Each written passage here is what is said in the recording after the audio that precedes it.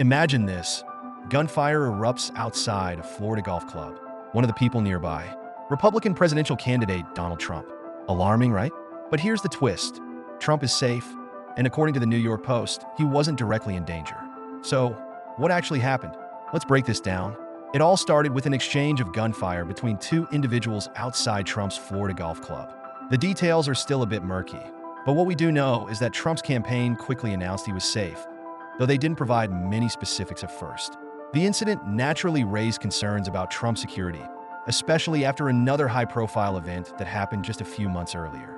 Let's rewind to July 13th. Trump was in Pennsylvania when something much more serious occurred, an assassination attempt. Yes, you heard that right. Trump was actually injured. This is the first time in over 4 decades that a sitting U.S. president or major presidential candidate has been shot at. We're talking about an event that sent shockwaves through the political landscape, just as the country was preparing for a highly contested election.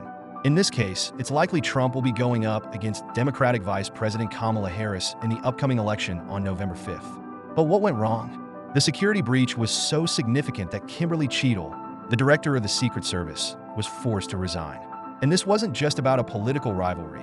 Both sides of the aisle in Congress applied pressure for her departure. You don't often see that kind of bipartisan agreement.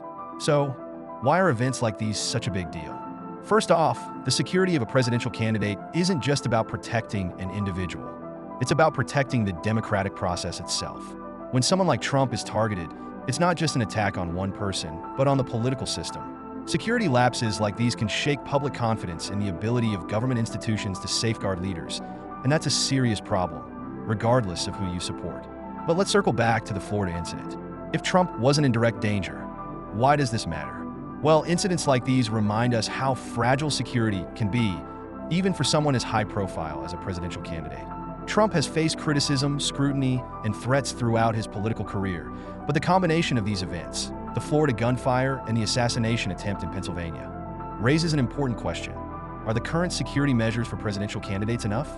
And it makes you wonder, are these just isolated incidents, or could they hint at bigger, more systemic security issues that need addressing as we approach a critical election? Now, some might ask, was Trump ever truly in danger during these incidents? According to reports, the answer is no. Law enforcement officials and sources insist that Trump's safety was never compromised in Florida, and the Pennsylvania attempt, while serious, wasn't fatal. But that doesn't mean there wasn't damage, physically, politically, and emotionally. These events aren't just stories in the news. They're part of a much larger conversation about how safe we really are in today's political climate. The last time a U.S. president or major presidential candidate was shot, that was over 40 years ago, and we all know how that shaped American history. So what happens next? That's the real question.